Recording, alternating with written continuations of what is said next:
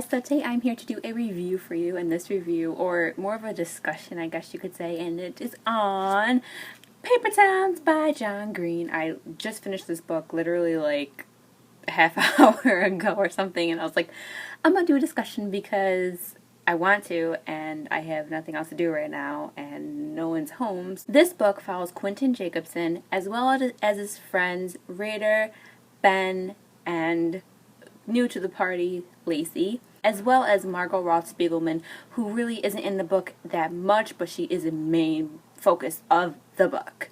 So Quentin and Margot have lived next to each other for a long time, ever since they were kids. And when they were kids, they end up finding a body in the park. From there on, it kind of changes their entire life. They kind of, as they get older, they kind of go their separate ways, which happens a lot in life. So, you know, it happens. Margot kind of falls in with the popular crowd, whereas Quentin kind of is in his own little group, not unpopular, but not popular either. And so they don't really talk anymore. They pass each other in the hallways. They don't say anything. However, Quentin has been in love with her his entire life. Isn't that how it goes? But that all changes one night when Margot suddenly appears in his window in the middle of the night and says she needs to borrow his car. Of course, she pops into his room after not associating with him all these years to come in and ask for the car. What? And he reluctantly agrees, and they go on this all-night adventure, which was a lot of fun to read about. And after their all-night adventure, he thinks things will be different the next day in school, which they kind of are, because he finds out that Margot has gone missing. He ends up finding these clues that she left behind, and he believes that she left them behind for her so he can find her.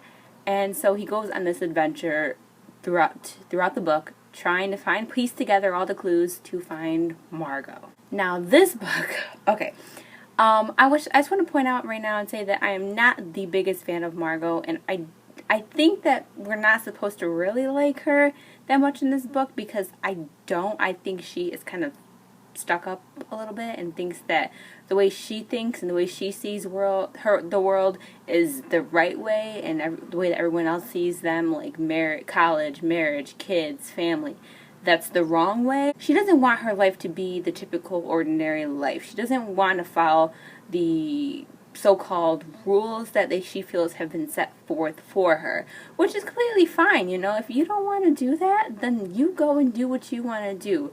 But to kind of judge other people and assume that that is completely wrong, college, family, marriage, all that other stuff is wrong for everyone else, kind of makes you seem a little snotty and stuck up, in my opinion. So I didn't like her from the beginning, and I didn't like her in the end. I mean, I don't hate her, but I just don't like her either, if that makes sense. Quentin kind of annoyed me a little bit, just for the fact that everything revolves around Margot. Every thought revolves around Margot.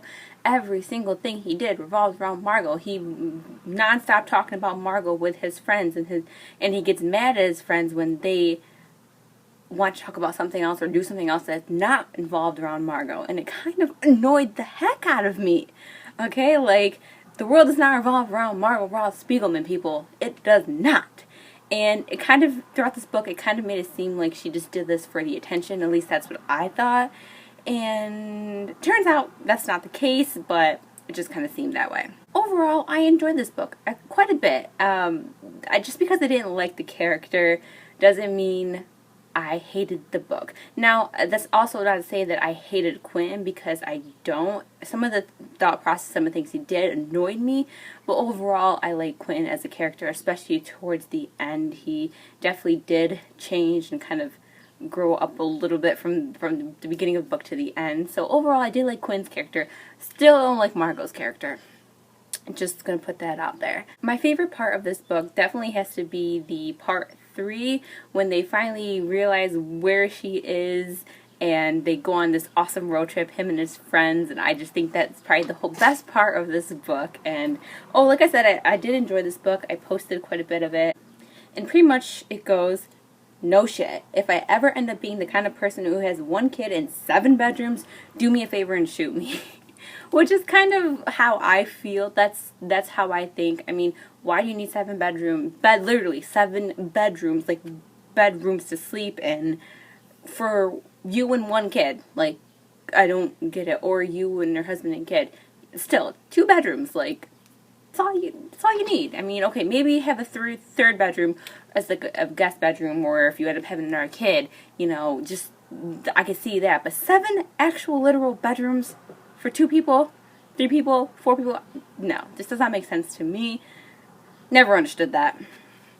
Which is, and also goes to the point, I'm just kind of off topic, I don't understand why celebrities buy these $1 million big gigantic houses when it's just them and their spouse or their kid. Like, you don't need that big a house. Like, you're paying $1 million for that house for 2 people, and you're, especially even when you're going out traveling, when you're barely there. I don't get it. It doesn't make sense to me. Just does not make sense to me, but oh, I mean, they have the money to do it, so you know what? Go do what you want to do. That's what I say. This book has a lot of references to paper towns. Each person in this book kind of has their own definition of a paper town, and in the end, they're all right. So it's kind of your own, it's kind of like reading poetry. You interpret it the way that you want to interpret it. There's no really right or wrong way to interpret it. Each person is kind of defining the term paper towns as they see it, as the way that it kind of fits them. Character-wise, Ben is probably a really awesome character. He is a good friend. He wants to have fun. He wants his friends to have fun the final senior year, and so kind of puts him at odds at times with Quentin, because Quentin's all obsessed with Margot, and Ben wants to have fun with all 3 of them to have fun together, and it just kind of puts them at odds. But in the end, Ben is definitely there for Quentin, and Quentin is definitely there for Ben, so it works, and Raider is just like the ultimate friend. He's great, and I love him.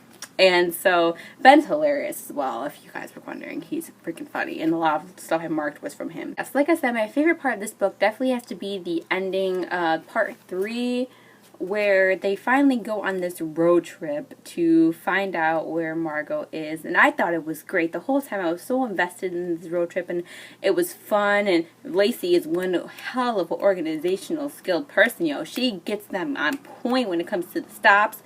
She knows what she's doing. They're all assigned their own task, and they go and they do it and they get it done, and shoot, she knows what she's doing, and she organizes everything in food groups. And I really like Lacey's character. At the beginning, she was kind of like, you kind of think of her as, Margot kind of makes her out to be somewhat of a bitch, but comes to find out she's really not. She's really a great character, and I love her. I love her a lot more than Margot. But I do have to give, I do want to say something though about Margot's character. She is very, very smart, because for her to come up with this elaborate plan, and this isn't the first plan she came up with. She's ran away before, so this is kind of like a typical thing for her, and her parents are assholes, by the way.